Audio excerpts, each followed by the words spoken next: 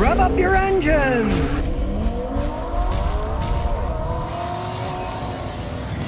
Arctic Wolf says, is a Nissan 350C a good car to buy? I heard mechanics say they're not a good car to buy. 350Cs are very good sporty cars. But that said, they're very good sporty cars, and people that buy them generally rag the heck out of them and sometimes sell them because the engine of the transmission is breaking because they drove them too fast. If they were taken care of, they can be very good cars to buy. But if they have the heck beat out of them, they may be on their last legs and you're going to have to put an engine or transmission that costs a whole bunch of money. But they don't make them anymore, and there's lots of them in junkyards from wreck. So if you're not bad at gambling, you buy one, say doesn't even have an engine in it, put a junkyard engine, and you might get a good one, and you can play with that cheaply enough. So it just depends on what shape they're in, how much you know about cars, and how much money you want to spend. They started out as really good cars. John Gopher says, I'm the second owner of a 2005 Honda Odyssey EXL. It has 213,000 miles. Never had transmission or engine problems. It runs great, but I bought a new Ridgeline. I want to sell the Odyssey. Should I have the timing belt replaced or sell it as is? Would I recoup the money? No, you wouldn't recoup the money. Sell it as is. It's 16 years old with 213,000 miles. You're not going to get much anyways, and if you pay a real mechanic to change that timing belt and water pump, you're probably going to spend close to $1,000 doing it. So just sell it as is. You never put big money in a vehicle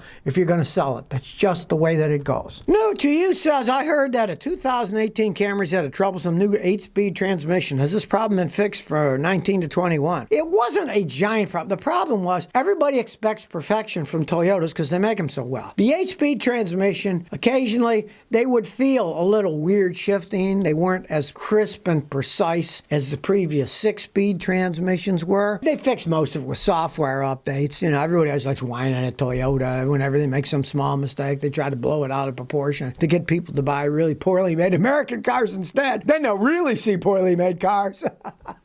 There's no doubt in that. No, I haven't seen it in the new ones, and what it was more of a problem with the software. If you ever understood how these automatic transmissions work, they have computers that do adaptations that adjust to your way you drive, that adjust to the wear in the transmission as it ages. Because as they age, the internals of an automatic transmission wear out, and if you get in my wife's 20-year-old Lexus, the thing still seems to shift like a new car, but it's worn inside. But the computer software compensates for that by allowing it to shift different ways, different solenoids, and different valve bodies, so that it feels exactly the same. And of course, they're never going to have the software perfect when they come up with a new design. It wasn't like these transmissions were blowing up like those horrible Ford dual clutch transmissions where Ford has to buy the Fiestas and the Focuses back because they're such piles of junk. And the new ones, I haven't seen at all. I've worked on them and driven them, and I haven't seen any problems with the transmissions at all. Like I said, it's mainly a software problem with those. Bring back Pontiac, says Scotty. I got a 1986 Pontiac Fiero GT 4-speed manual. I paid $450. It doesn't run, but the engine spins over. It's the V6. It has 130,000 miles and is set for 15 years. What should I do? Watch my video. Get an old car running that's set for years. Scotty, just type that in YouTube, Google. Watch the video. Get all the tips. You're probably going to have to drain the gas tank. Might have to clean it out, change the fuel filter.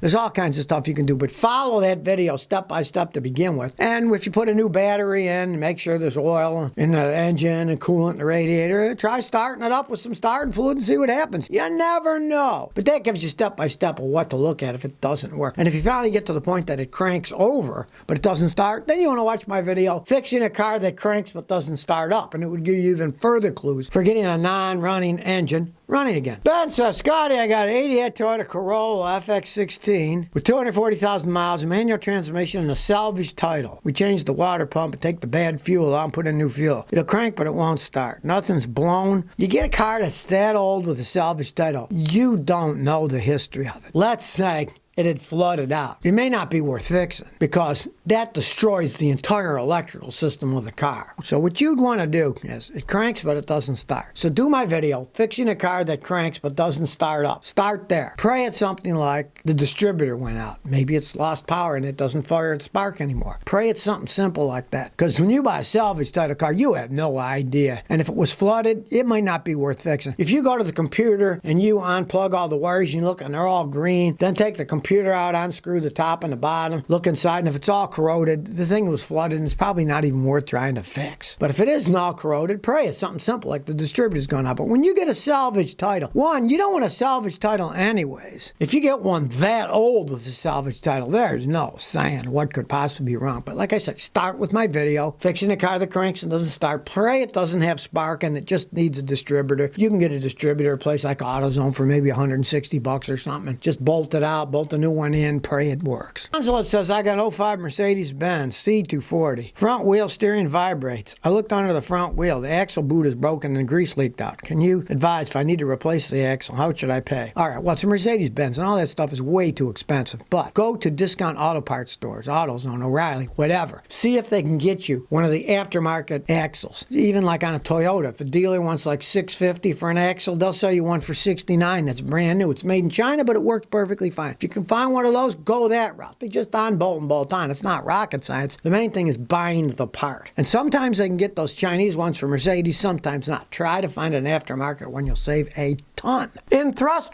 Trust says, hey, is this Scotty's new channel, Scotty Shorts? Yes, it is. I'm making a short channel now. YouTube is competing with other people on the internet. And so now they have shorts too. They're less than a minute long. So I'm making them so you can watch me short. Now, of course, it won't have the information packed in with my 10-minute videos, but if you're in a hurry, you can get some good little information on the Scotty Shorts. And it's called Scotty Kilmer Shorts. It's a YouTube channel. And they're shot in the format where it's up and down instead of sideways because they're short videos. So just another aspect to help people out. If you don't have the time, you can watch the short version. Then if you want more, and watch the regular Scotty Kilmer channel, the long videos that give you a lot more information. Well, there's one thing that's good about virus pandemic. America actually saw a 50% decrease in time spent in traffic in 2020. Ha-ha! Good comes out of bad. Now, if you live in a major city, that was the figures. 50% less traffic. And that works out to 75 less hours spent in traffic. So that's 75 hours these people weren't sitting in traffic in big cities. I do have to say it was true for me. Sometimes it'd take an hour and a half, 2 hours to get to Galveston, sometimes a couple hours to get back from Galveston to Houston. But we did it in like 40 minutes one time. There was nobody on the road. But unfortunately for the cities, it also saw a gigantic reduction in tourists. Take San Francisco, 64% less traffic in downtown San Francisco. A lot of these companies, some of it might be permanent because they'll realize, why should we spend millions of dollars renting all this office space? We found out our workers could work at home, like me. I'm here at home working. We got the internet. You don't need to be sitting in an office. Most people hate sitting in offices anyways. So maybe it'll work out to a new society, a brave new world, where people don't have to drive back and forth and get in traffic jams because they can work at home. I'm talking to you now from home. You can watch me at home. You can use your phone. Everything's going 5G now, so change our society for the better. All that less pollution because people aren't driving as much, polluting as much. Hey, it might be a good thing here. As I said, people have too much time in their hands these days. A test was done with these automated driving systems, and they use these Mercedes-Benz with the two level 2 ones. And to test people's awareness, they got a giant teddy bear. They dressed it up in one of those yellow vests for like the safety guys have. It would drive by the automated driving cars, and then they'd see if people noticed it. They came to the conclusion that the drivers that were new to the automated assisting missed the giant teddy bear. They didn't see it at all. I mean, there's so many glitches in this test. It'd make your head spin. It's all I always love about these supposed scientific experiments. You can read them so many different ways. To me, it's the point of absurdity of these so-called scientific experiments. Come out with something that they want to prove something, so they make an experiment to make it look like their theory is correct instead of going open-ended and then trying to make a theory. They try to prove the theory. That's the problem with a lot of science these days. It's not real science. They have an end. They want to prove that it works, just like, say, a drug company.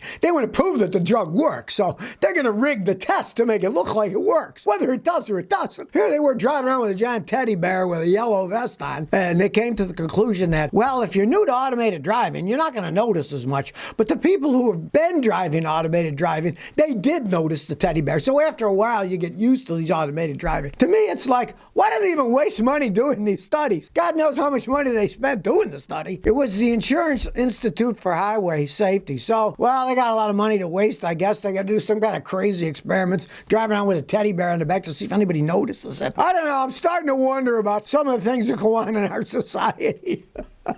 Because it's going to be a long time before they get to actually fully automated ones. I mean, that's just, some companies have given up entirely. That said, spend hundreds of millions of dollars. They said, this isn't working out. It's going to be so far in the future, we're not going to be able to make any money building it, and they just dump the whole thing. So everybody seems to have a fascination with self-driving cars, just like they used to with, we're going to have flying cars. We're all going to be driving flying cars. Nah, we're not going to have automated cars for quite some time either, if you ask me. Unless they're in their own lanes and nothing else drives them, just like a train on a train track. So if you never want to miss another one of my new car repair videos, remember to ring that bell.